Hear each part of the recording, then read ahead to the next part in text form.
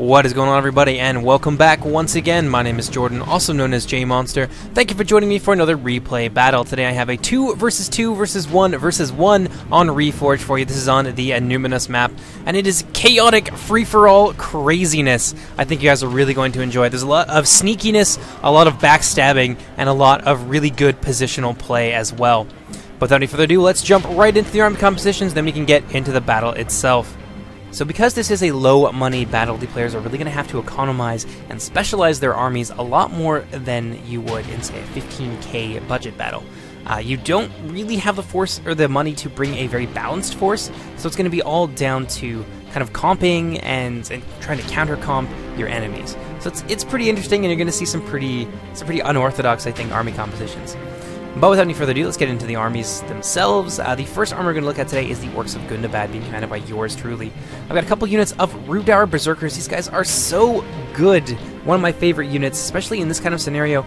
They are AP, 2 HP, and quite inexpensive. I think they're only about 800 or so florins to bring, and you can bring 2 of them before a cost increase. But their most important ability is that they inspire units around them to greater feats of courage, making them particularly useful in low money battles. Definitely good to have these guys as a core infantry unit and to build your army around them. Also got a couple units of Witch Realm Scourge Raiders. These guys are AP with huge attack values and are very inexpensive to bring. I think you can bring 2 of them before a price increase, and they cost about 550 florins. Behind them, I have a unit of Witch Realm Hammer Guard. These guys are my super heavies. They are so good at cracking other heavy infantry and breaking other super heavy units as well. I think they have a bonus versus cavalry, a huge attack value, and they are AP to boot. They are very, very strong. Oh, a little bit of lag there. Inside of the walls of the city, I have a unit of Numenorean Shadow Guard. Always a good idea to bring at least one ranged unit. I don't like to find myself on the field with an army that has completely 0 missile units. You want to be able to put down a little bit of range pressure, otherwise you are very much at the mercy of anybody who has fairly competent archer units. And these Numenorean Shadow Guard are the best of the best. They can stand up to the good faction archer units, and they're able to hide anywhere as well. So if they find themselves in a missile fight that's not really to their advantage, they can simply stop firing, disappear, and then attack later when they can regain some sort of advantage. So they're great for setting up ambushes, and just they're pretty competent melee warriors as well. So once they've used their ammunition, you can throw them into the melee fight in a support role. Also bringing a unit of Trolls of Gundabad. Pretty straightforward. These guys are very deadly, give me a little bit of killing power, and great for breaking up enemy formations. I've also brought about 3 to 4 units of Rudauer Savages. These guys are so inexpensive for what they do.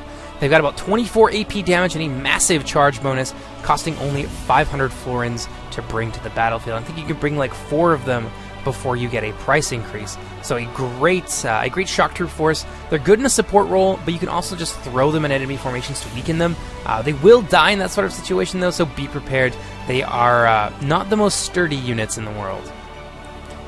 Moving on now to the forces of my ally, we have the army of Pope Frifidak. He's got, again, the Orcs of Gundabad, so we've got a very numerous and powerful Gundabad force here. And he's bringing a lot of Snaga Stalkers. This is very much a quantity approach over quality, and it's a little bit of a risky move, but we'll see how it works out for him. In any case, he's got a large number of Snaga Stalkers. These guys are great at absorbing impact. Oh, excuse me, hard to talk English today. Great at absorbing cavalry charges, for example. You can throw them in front of some of your more powerful infantry units or your archers and spare them the brunt of a shot cavalry charge. They're also good at absorbing arrow fire, but they're definitely not abundant on killing power, so don't expect them to get a lot of kills, but they do have a use in terms of being just very expendable. He's also bringing a couple units of Warg Riders. Everybody loves the Warg Riders, and good factions definitely fear them. They don't cost a lot to bring. They've got 3 HP, not a lot of defense, but they are anti-armor and anti-cavalry. They will lose 1v1 to most of the really powerful cavalry units, but against single HP cavalry units, they will eat them alive. And if you support them with some spear units, for example, or double team them with another unit of wargs, they can crush heavy cavalry, especially if you're managing to get a nice hammer and anvil strike on them. So definitely a cost-efficient unit. You just have to be very careful with how you deploy them. Some more Snaga right here, some Snaga archers in behind them. These guys are basically useful for volley fire, just volume of arrows flying down the field at your enemy. They're a little bit of an annoyance. They can definitely induce enemies to come to you. They don't have a lot of range, but nobody likes to be shot up, especially when they lose troops to Snaga.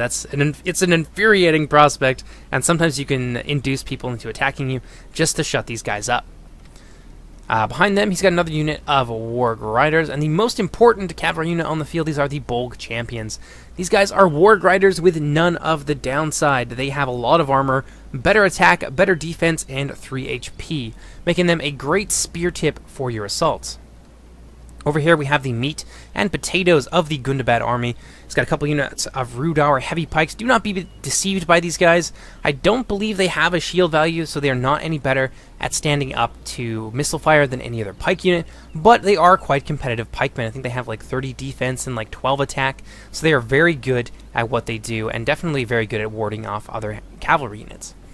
He's also bringing a few units of Orc Halberdiers, very inexpensive shock troops. They are AP, and they've got fairly decent mass when you stick them in a spear wall formation, rather, so they can be pretty good at holding the line. So all in all, it's a very numerous force, but we're definitely going to need to pair up and use some of my more elite, powerful units alongside some of his expendable throwaway ones.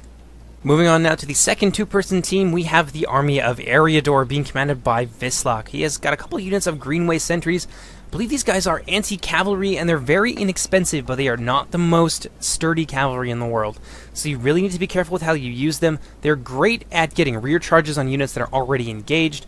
They can flatten light infantry, and they're not bad at throwing in against some of the more lighter or medium-tier archer units. Against the Sylvan Elves, for example, these guys will do a lot of work if you get them in some Elder Royal Council. It's definitely not a bad thing.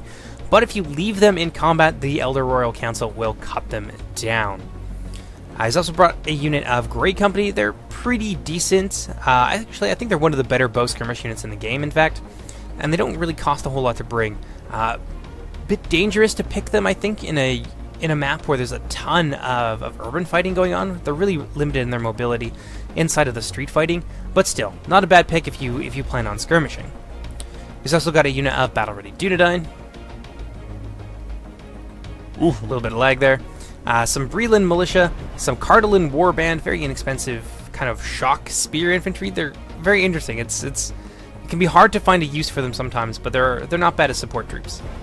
He's also got a couple units of Gatekeepers. These guys are the badasses of the Free People's Army. The Gatekeepers also double as very competent halberd infantry, so they are AP in melee combat and AP at range with their deadly crossbows. He's also brought some Hobbit archers along kind of the same principle as the Snaga archers. These guys are very inexpensive to bring. I think they're only about 50 florins in 0.86. I could be wrong about that. I could be mixing it up with the 0.9 cost for them. But in any case, they are very inexpensive and great for just sheer volleys of fire. He's also got a large number of bandits. These guys are capable of hiding just about anywhere, and they have pretty decent attack values to boot. So great for setting up ambushes and trapping infantry forces, using them mostly the same way that you would use the Umbar Corsairs, for example. They make great flankers, great hammer and anvil charges, and great ambush infantry as well. So it's a very versatile unit that doesn't really cost a whole lot and can be very, very powerful. Moving on now to Vislak's ally, we have the forces of Isengard, being commanded by Recreus. He's bringing a unit of Uruk-hai bodyguards. These guys are deadly. Of course, they are a general's bodyguard unit, so you want to be careful with how you deploy them, lest you get your general killed and have your army rout off the field. But the bodyguards, I believe, have like 2 or 3 HP, something like that, and they are AP with good attack values to boot. So they can stand their ground very nicely against other heavy infantry. And of course, he's bringing some Uruk-hai infantry and some Uruk-hai pikemen. Behind them, he's got a line of Wardens of Dunlands, which I believe are the 2 HP more expensive variant of the Dunlending veterans. And behind them, he's got some throwaway Dunlending clansmen. Finally, he's got a unit of Catapult and some Uruk-hai archers to top the whole force off. And now comes the solo players. The first army we have is the Orcs of the Misty Mountains, being commanded by Man of Wan Wei. He's got a ton of heavy goblin infantry. He's got some heavy goblin halberds, some crossbows in behind them. Obviously, crossbows can be very efficient if you can get them working, especially out here in an open field like this with lots of little hills that he can perch them on. They can be very, very deadly. He's also bringing some Snaga skirmishers, easily the most cost-effective javelin unit in the game. There's a ton of these guys. They cost nearly nothing to bring, and if you lose them, you haven't really lost a whole lot. It's not really the same to lose a unit of Snaga skirmishers, for example, as it is to lose a unit of Corsair Blackguard. So they're definitely a good pick if what you want is a budget Javelin unit that can still do a ton of work once you get them into position. Of course, he's got some heavy Goblin infantry, a unit of Orc bodyguards, and some Goblin infantry to support his pike line, consisting of several units of Uruk-hai pikemen.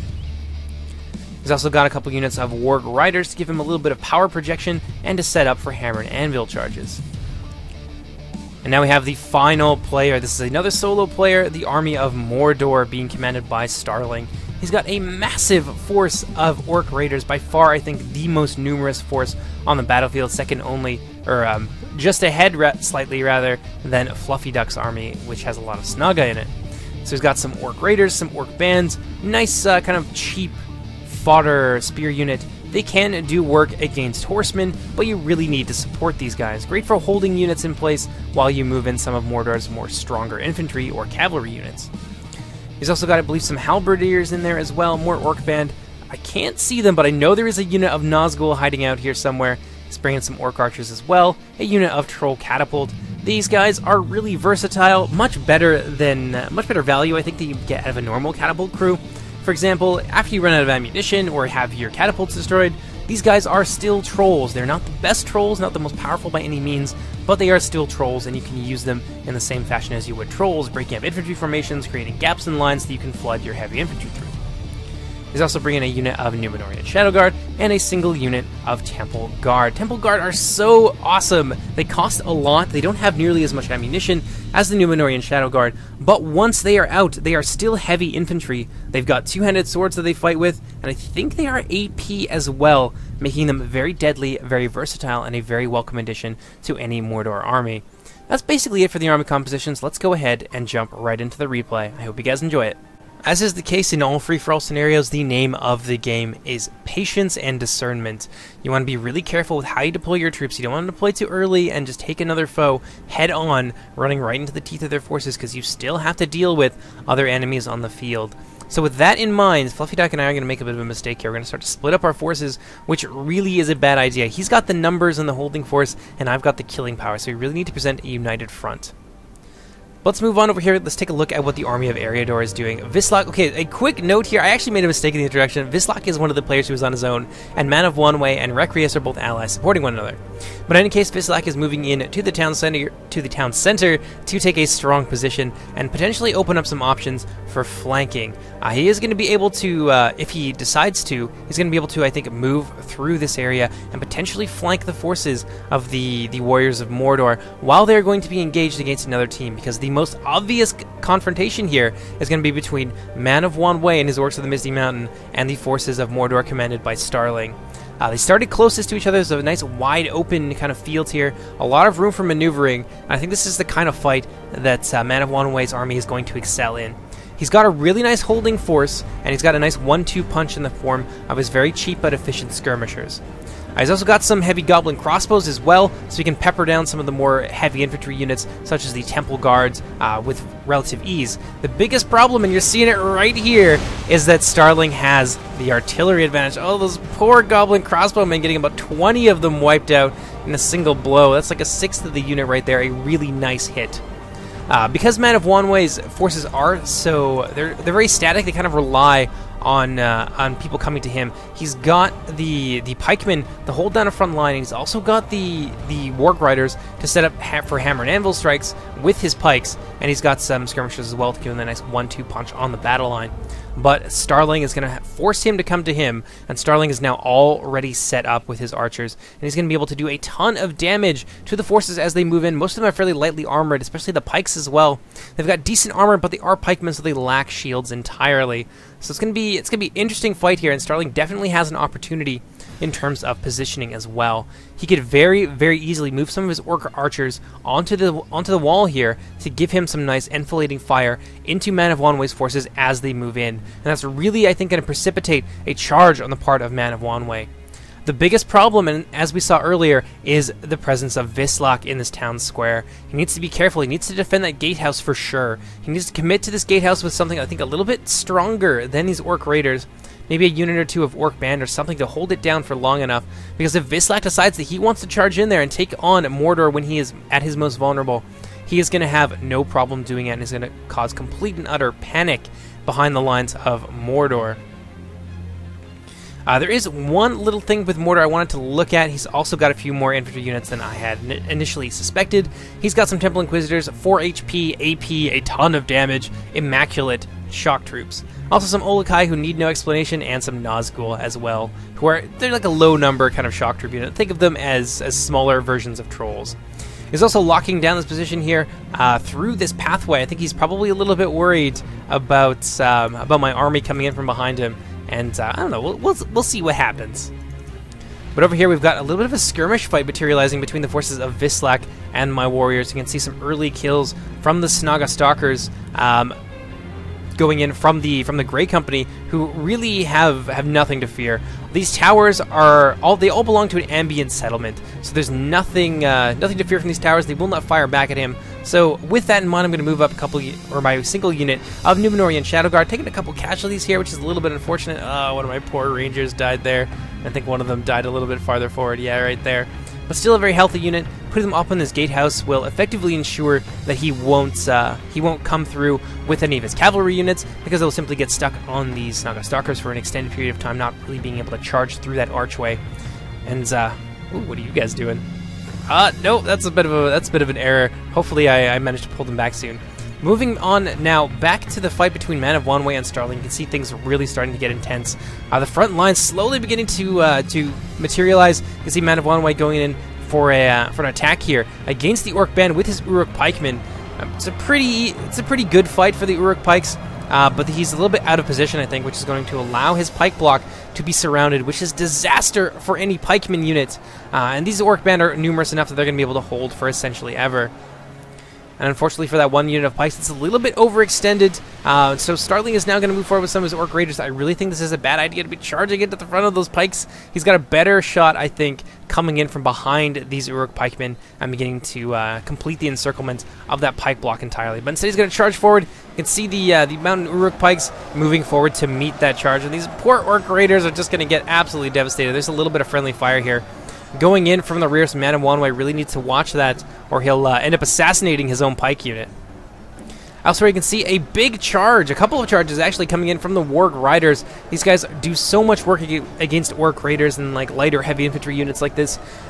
Usually it's ill-advised to use your Warg Riders in a frontal assault because they will die like crazy, and you can see a few casualties have already gone in to these Warg Riders against this kind of throwaway unit. But in hit-and-run strikes like this against Orc Raiders, they are pretty damned good. It looks like Man of Wanway, oh goodness, some more artillery shots coming in, just scything through those poor Goblin Halberds who don't have a chance. But Man of Wanway has managed to get his Warg Riders into the front of these Orc Archers, so he's beginning to kind of roll up Starling's skirmish line. Starling is now mobilizing his reserves to try and deal with this threat, which is pulling more and more troops, I think, off of guard duty. I think he's actually, no, he's still got his Orc Raiders in there, so he's still got one unit in there to hold that down. But his infantry unit's really looking pretty worse for wear. Those charges from those Warg Riders were absolutely devastating, scything through his Orc Raiders, reaping a bloody, bloody harvest in their ranks, which has left Starling, I think, a little bit on the back foot.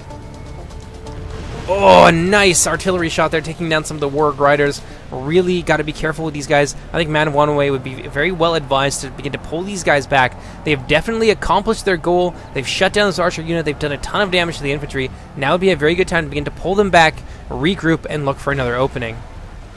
Yeah, you especially don't want them down here right within the teeth of that troll artillery unit. Let's see where his ally is. Yeah, Isengard slowly moving up, I think a little bit too passive. He probably doesn't want to commit too many of his forces because of the presence of the catapult, which is a wise decision. But he definitely wants to get up there quickly and begin to support his allies. Some of these throwaway troops I think would be great at encircling the Orc Raiders, who definitely aren't the strongest in terms of morale. So even these very weak troops can have a major impact on the battle unfolding now between the Misty Mountains and Mordor. Oh, another big artillery shot coming in there. Man of Wanway, I think, is really going to start to suffer now that this ballista has begun to get itself going, and Starling has started to organize his lines a little bit. And he's still got his elite corps as well. He's got his Númenórean Shadow Guard up here who are doing work, I think, on those poor Warg Riders. They're greatly positioned to fire down into this little gully here, which is where the forces of Man of Wanway are effectively trapped. all these poor or these poor Warg Riders rather, they're going to get absolutely destroyed by this combination of Orc Band and Orc Raiders with that archer support.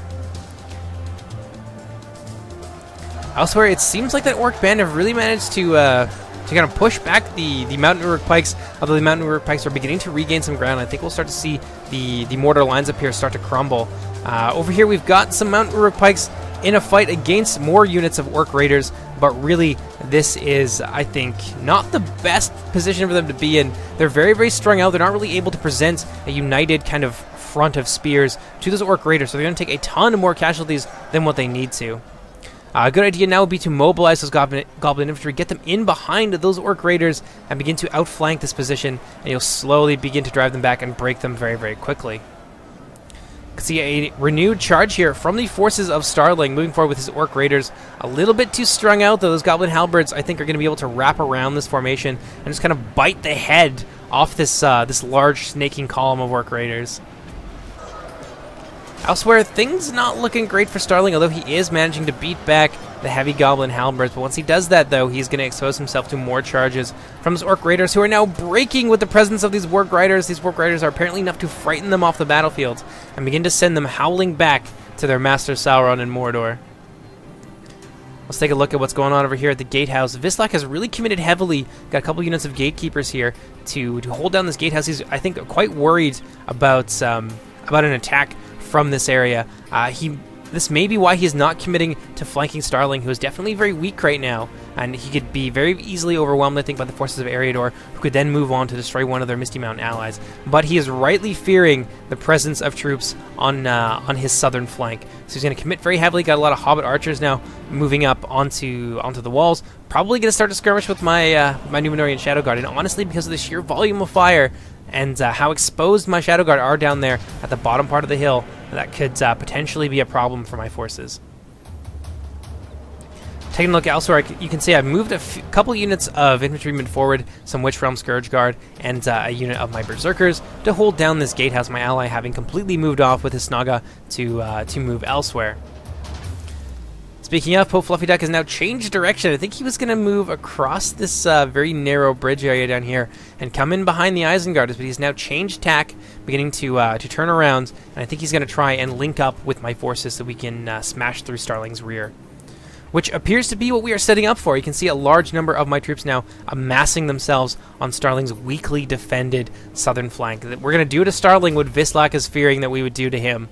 He's only got one unit of Orc Band here really to hold the line down. Of course, he's got his elite reserves, which could really pose a problem for some of my more inexpensive units, but it's going to be very, very difficult for Starling, I think, to come back from this. He's really trapped, and you can see he's taken quite horrendous casualties to these Warg Riders, who have just done so much work. They have definitely killed a large, very important portion of Starling's army, and are now beginning to silence his skirmish line as well. Starling slowly being overwhelmed. You can see these Mountain Uruk pikes with those gigantic pikes now moving through, having broken through the Orc bands. These guys have now fled in the face of them, leaving their position very, very vulnerable.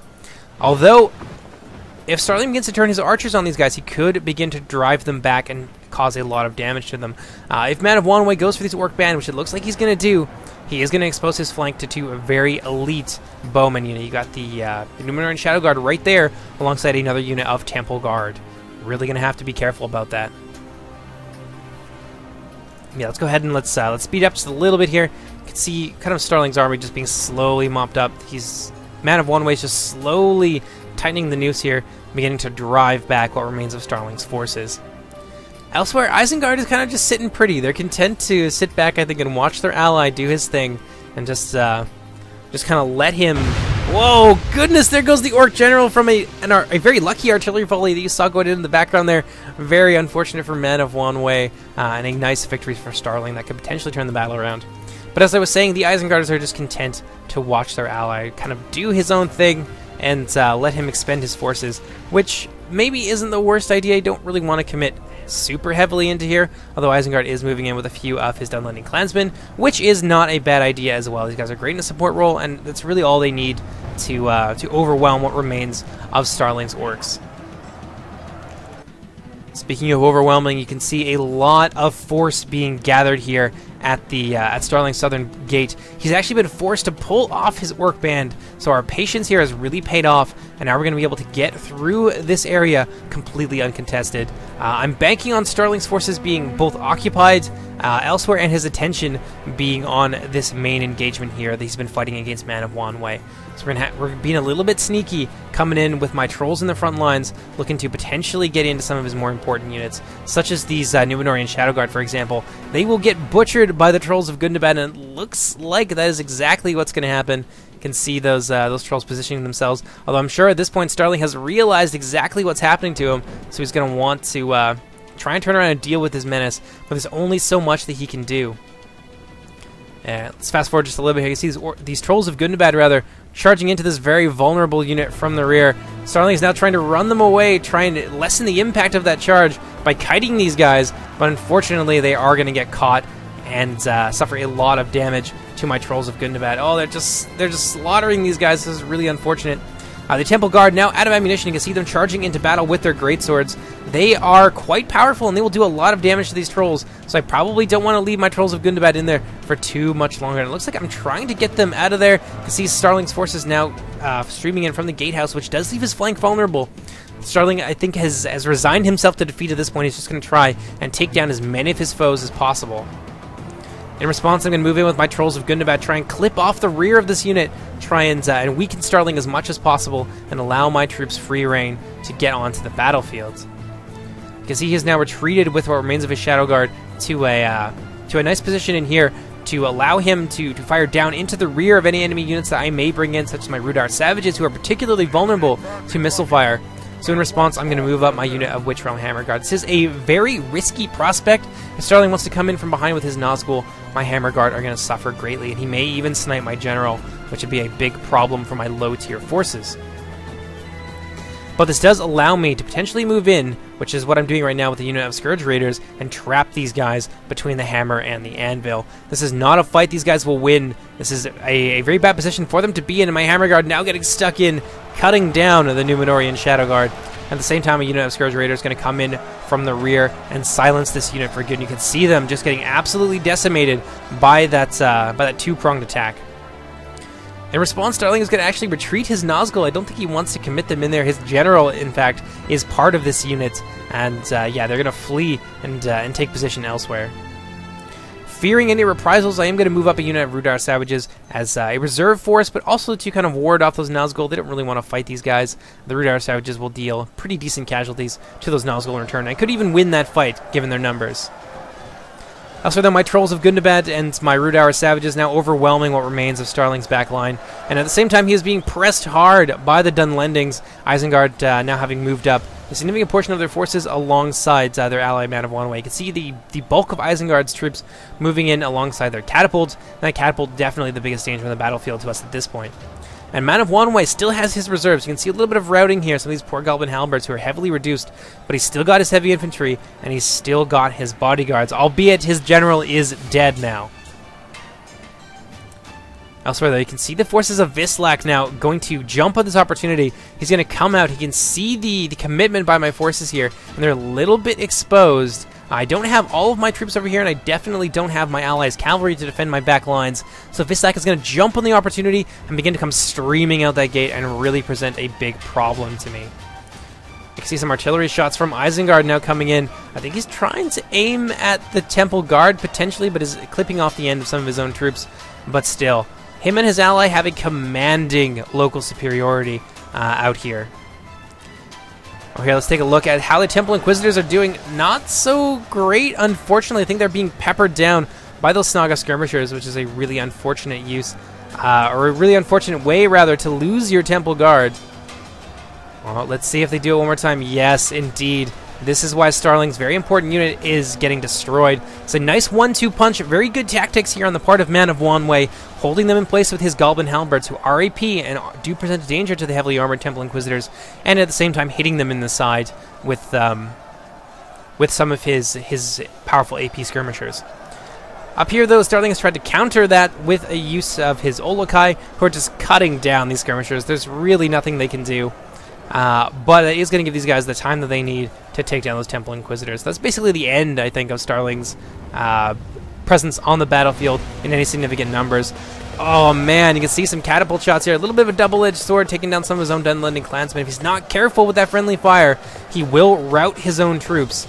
Over here, he managed to miss his Dunlendings entirely and take down some of my Rudar savages, so I'm really in a bad spot.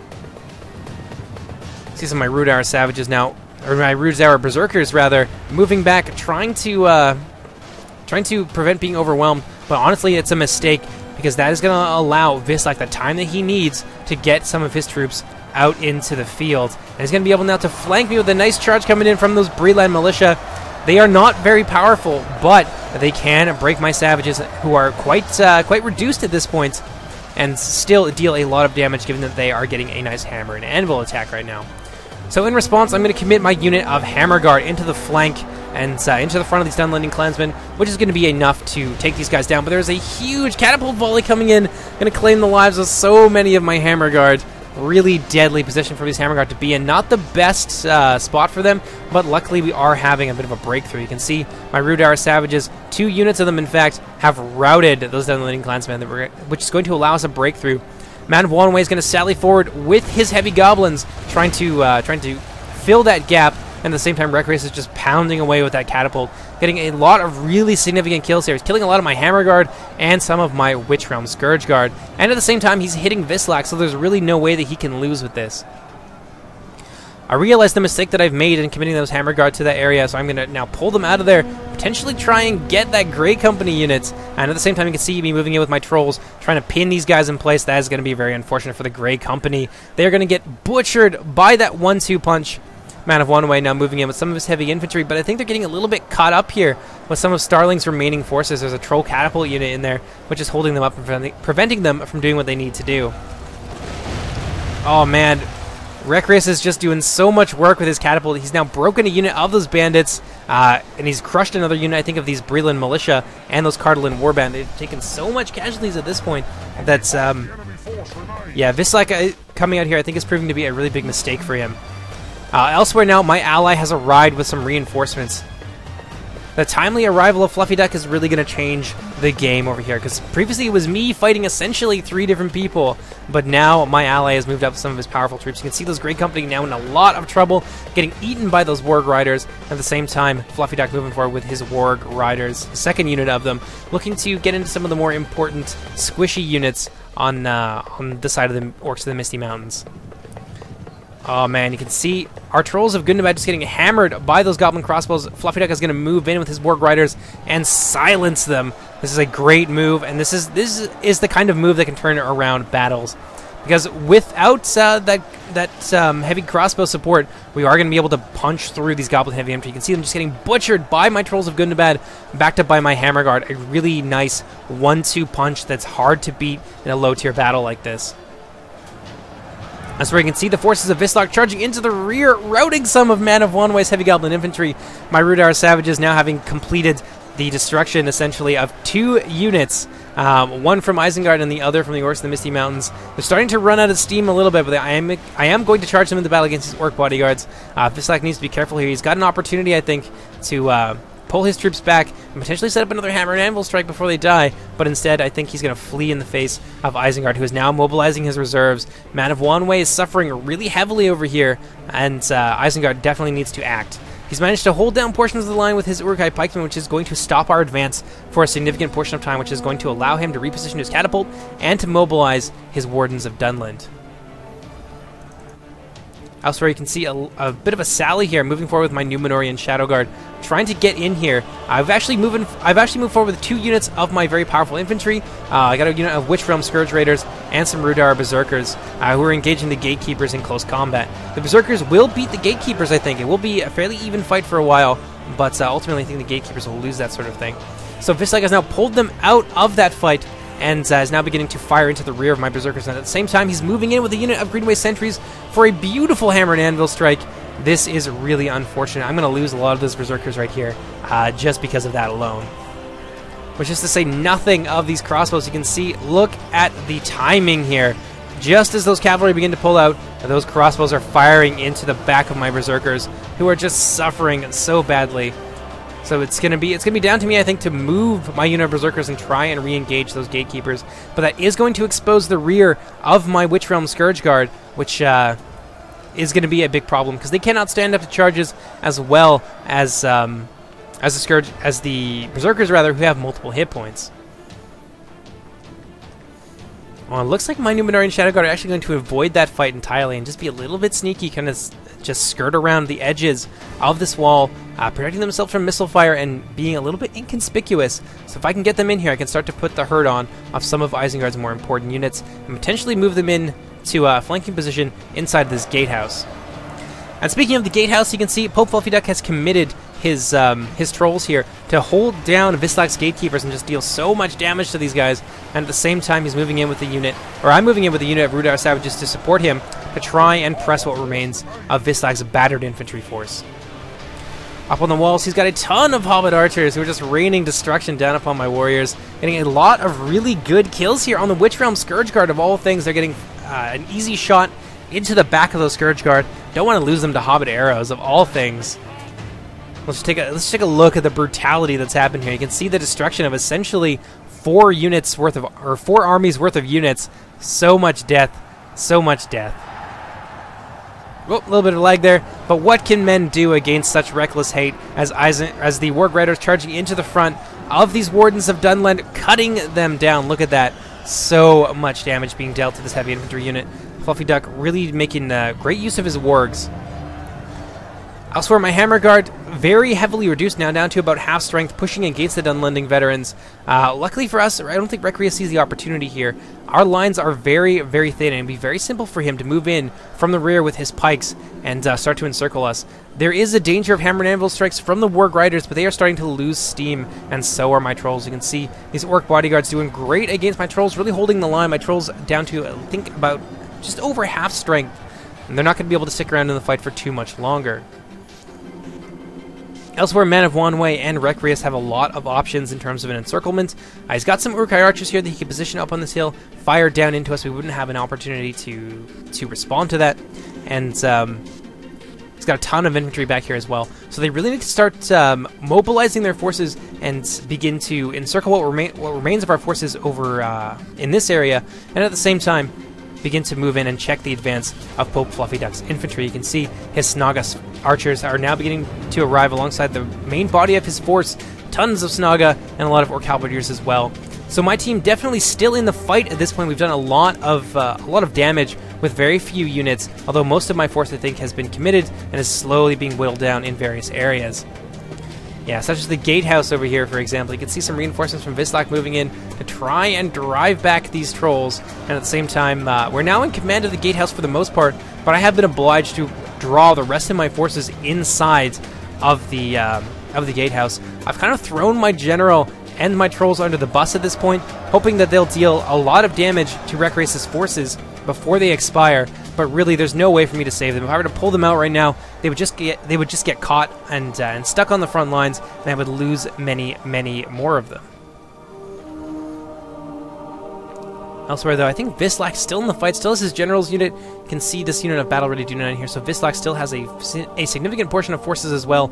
Over here, the gatehouse managed to get back into the fight against those gatekeepers and rout the Cardolan warband that Vislak has stationed at the gatehouse. But he's still got archers up on the wall who are just raining down death and destruction upon me, and he's still got these gatekeepers. So I'm in a really bad position. I need to be very careful in the next few moments here and use my forces as well as possible. My Rudar Berserkers are shutting down a charge from the Greenway sentries, charging into them and cutting down quite a lot of them. Those poor sentries really don't have a chance in close combat, and they're not really able to get their charge off. So that's going to be a very difficult situation for Vislak's now flagging cavalry. And there goes my general being hacked down by some of the Wardens of Dunland. So things are really starting to turn around, at least for my army. I've lost a lot of troops at this point, although admittedly we have killed quite a lot as well. These gatekeepers now in close combat against my Witch Realm Scourge Raiders, still being shot from behind by the hobbits. I think that's going to be enough to tip the battle in favor of the gatekeepers. It says victory is certain, but doubtless Vislak is going to suffer quite badly on one of his more important units here before he manages to extinguish the fire of my Witch Realm Scourge Raiders. My Rudar Berserkers now chasing down those Greenway sentries. Not a whole lot that they can do. They can stay here and fight and get charged in the rear. I can maybe move them up onto the walls to protect them, but at the same time these guys are going to be without support, and Vistak will be able to move in with his cavalry. So instead I'm just going to try and move in with my Berserkers, try and save them, and maybe catch his cavalry unit unawares if Vistak doesn't notice it. Is Vistak, speaking of, now moving out with his battle-ready Dunedain bodyguard unit, I think looking to potentially retake the gatehouse. I don't know, it might be a difficult prospect now that Pope Fluffy Duck's army is now arriving on the field. Speaking of, I can see the push from my allies, so I'm going to move out with one of my few remaining infantry units. I've got my Rudar Berserkers and my Witchrealm Scourge Raiders. Obviously, this is not ideal. We wanted to have our armies at full strength together, but unfortunately we weren't able to link up early on in the game. But now we're gonna do our best against the forces of Isengard, who still has quite a commanding army. I'm also moving in with my Shadow Guard. I think these guys still have ammunition, so we may be moving them upwards to try and skirmish against this massive blob of troops here that's just kind of been left. Yeah, they've completed an encirclement of my Hammer Guard, who are still fighting to the death, but ultimately they are doomed. But we will potentially be able to use these circumstances. Wow, it's hard to talk today. Circumstances to our advantage and get some easy and early archer kills with my Numenorian Shadow Guard. Yeah, things going on all over the battlefield right now. Looks like Vistak now charging in against my Rudar Berserkers. So I think I've turned them around, potentially going to move them back to the fight to support my Scourge Raiders, who are actually losing to those Gatekeepers in a straight fight.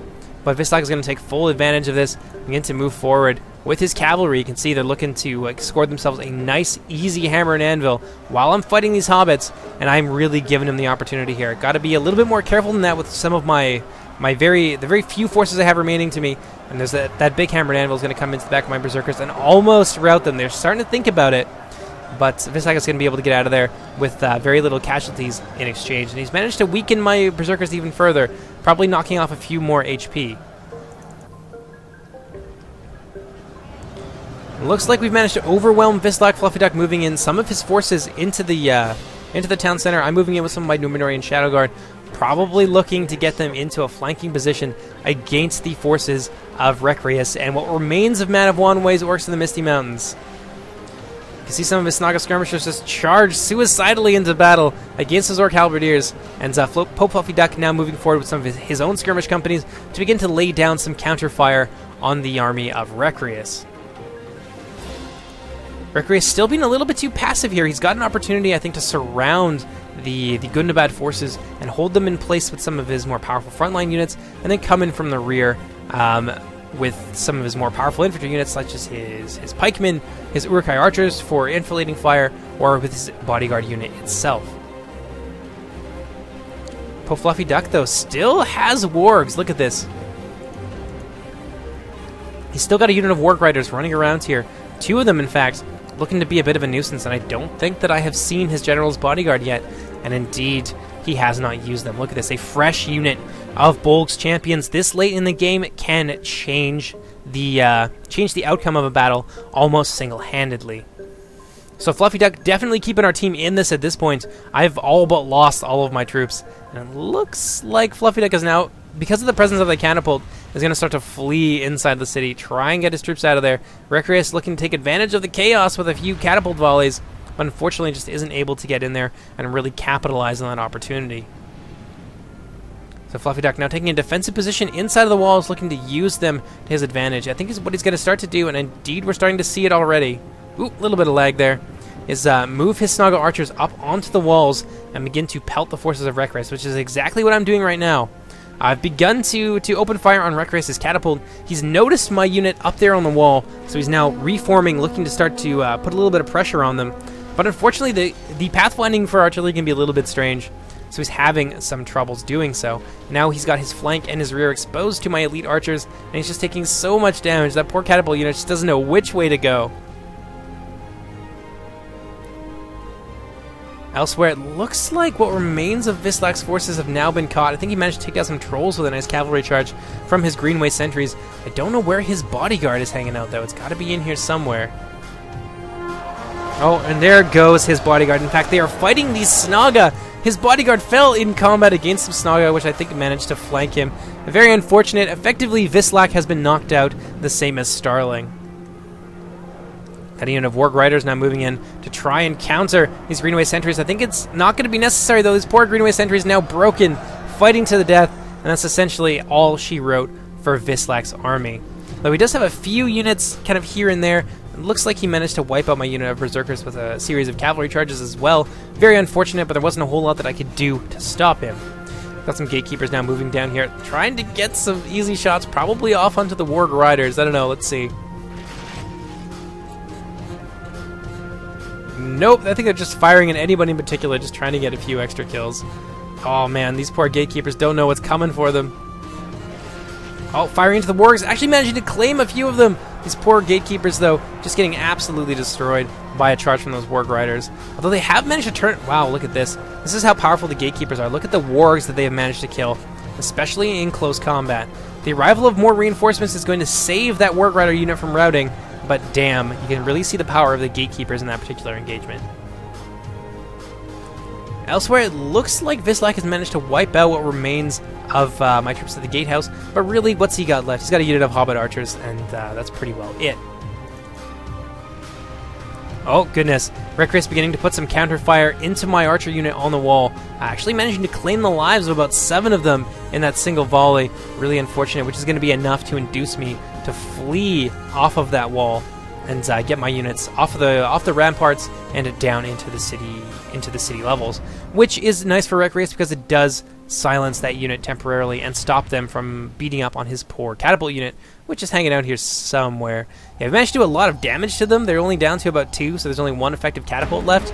So the damage, I think, has been done, but at least he's got that unit off the walls, and at least he hasn't completely lost his catapult. Elsewhere, you can see what remains of Wreck-Race's army forming up outside the walls. These poor battered walls have taken a lot of damage over the course of this battle, but I think Wreck-Race is kind of weighing his options. He's definitely got the troops to beat us. Orc Halberdiers, not very great, and there's a ton of Snaga in there as well, which are notorious for being awful in melee. So I think Wreck-Race is going to decide that he's got the opportunity to break this Gundabad force, but he really has his work cut out for them. This nice V kind of chevron formation set up by Fluffy Duck is going to be a difficult thing to penetrate through. But if he moves in with enough mass, he will be able to break up this formation and potentially just kind of command his units through them. He's going to be down the Fluffy Duck to use his Snaga Stalkers as support troops to try and give this formation a little bit more density. If not, he is going to find himself very quickly overwhelmed. I've still got a few forces myself, a few of my infantry still left in the fight, moving in with my Rudar Savages, and at the same time Fluffy Duck is moving in with his Pike units. But I think that's basically it for most of the other forces elsewhere on the battlefield. For the most part, it's just a lot of routing. Although Vislak moving in to be a little bit sneaky and probably shoot our troops in the back with some of his Hobbit archers. Although he's got some more over here fighting some Snaga archers, but this is really going to be the end for Vislak himself. Firing now into the front of those Snaga Stalkers, doing a lot of damage to them. If he's careful, he could rout them. Oh man, they are wavering. This could be the opportunity he needs, but I think they're going to start to stabilize. There you go. And that's basically going to be a battle of the Gimps. These Hobbits a little bit better than the Snaga Stalkers, and I think at full strength. But they've lost their general, and these Snaga Stalkers are actually starting to pull it back a little bit. So I don't think we're going to see too much more from the Hobbits of Vislak for too much longer. Still, it's great to see the Hobbits in battle. You never see it happen. Oh, those poor Hobbit farmers. They're doing their best. Moving on back to the gatehouse now. We have the Uruk-hai infantry doing their best to kind of push through here. These Dunlending veterans doing pretty well. It looks like they've managed to really sweep away a lot of the Halberdiers very, very quickly. I don't see a whole lot of Orc Halberdiers left, especially on this side. They've almost been completely annihilated. This is really difficult for the forces of Fluffy Duck. These troops are definitely strong enough to beat this force in a straight fight. It's really going to be down, I think, to our missile units to try and even the fight. You see some Snaga archers moving in off the walls. There's still a couple units up here alongside my Shadow Guard looking to put a little bit of heat on the Man of Wanway's forces on the outside here. I think Man of Wanway has actually like left at this point. He's got almost nothing left, just some Snaga skirmishers out here with no ammunition. So they'll have to be cleaned up eventually. But I think Starling is still around somewhere, potentially. He did have a little bit of a stand here against Isengard on top of this hill, which unfortunately we missed But yeah, at this point, there's not really anything left of his army except for his one unit of Nazgul. Who, speaking of, here they are. They're now charging into battle against Isengard. Starling opting to support the team of Fluffy Duck and I over that of Isengard, moving in to try and silence these Uruk-hai archers, but they're just getting pummeled by these guys. Oh, and it looks like Fluffy Duck is going to actually jump with this opportunity. I don't think they realized that he had another unit of Bolg's champions still fresh, still ready to fight, and hadn't been committed at this point. So he's going to chomp those archers down, give the Nazgul a chance to rout them, and then going to move in from the rear with his Bolg's champions. This is going to be the deciding factor, I think. And bam, taking down Isengard's general in a single charge. That is so huge. I'm going to fast forward just a little bit here.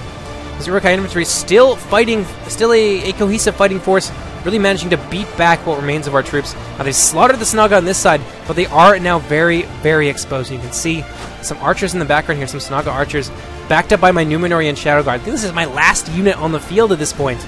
Now playing a fairly important role by putting down some enfilading fire into these Uruk-hai bodyguards and infantry. You can see some breaking now. The Uruk-hai infantry now beginning to flee. Wardens of Dunland fleeing alongside them. We have a mass rout taking place here. Although they are surrounded and essentially fighting to the death. And I think the bodyguards are now running as well.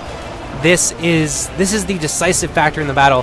Having those Bolg's bodyguards at this late period in the game, as healthy as they were, that basically saved us from certain defeat. So we're going to go ahead and we're going to fast forward just a little bit here and witness the final stand of the Isengarders. Another charge outside from Pope Fluffy Duck. I think that took down the general from Mordor. Moving in now with my Numenorian Shadow Guard to complete the surround, finish off those Uruk-hai bodyguards and infantry and all that stuff. But it looks like, yeah, the army of Pope Fluffy Duck just mopping up everything that remains. They have taken a lot of casualties in that melee, but I think they're just kind of mopping up forces. Man of One-Way Skirmisher is still there, getting it absolutely flattened, and that's basically it. Looks like he might have tried to fall back with some of his archers, or they were just up there. Now they're getting charged in the rear, and they're going to rout very, very quickly as well.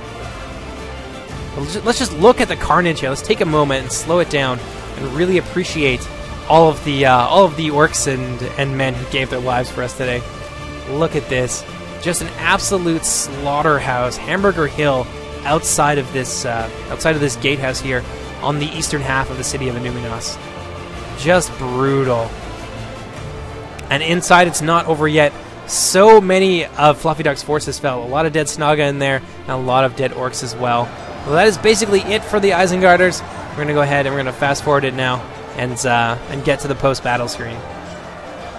A very valiant showing by the forces of Isengard and his ally Man of Wanwei. They were really in the fight the whole time, for the most part being very aggressive, although I think Isengard might have been a little bit too cautious, although he did have some good plays like moving in with his Dunland Spearmen to help overwhelm what remained of Starling's forces, which is that's a sound deployment decision. But take a look at the casualties now. So much damage. Look at this. Man of Wanwei getting an impressive 2,392 kills.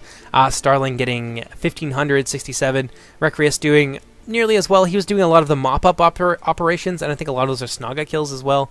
Vislak doing his best, but just kind of got overwhelmed, I think, by the combined forces of Gundabad, and I think a little bit of help from the orcs of the Misty Mountains and Isengard.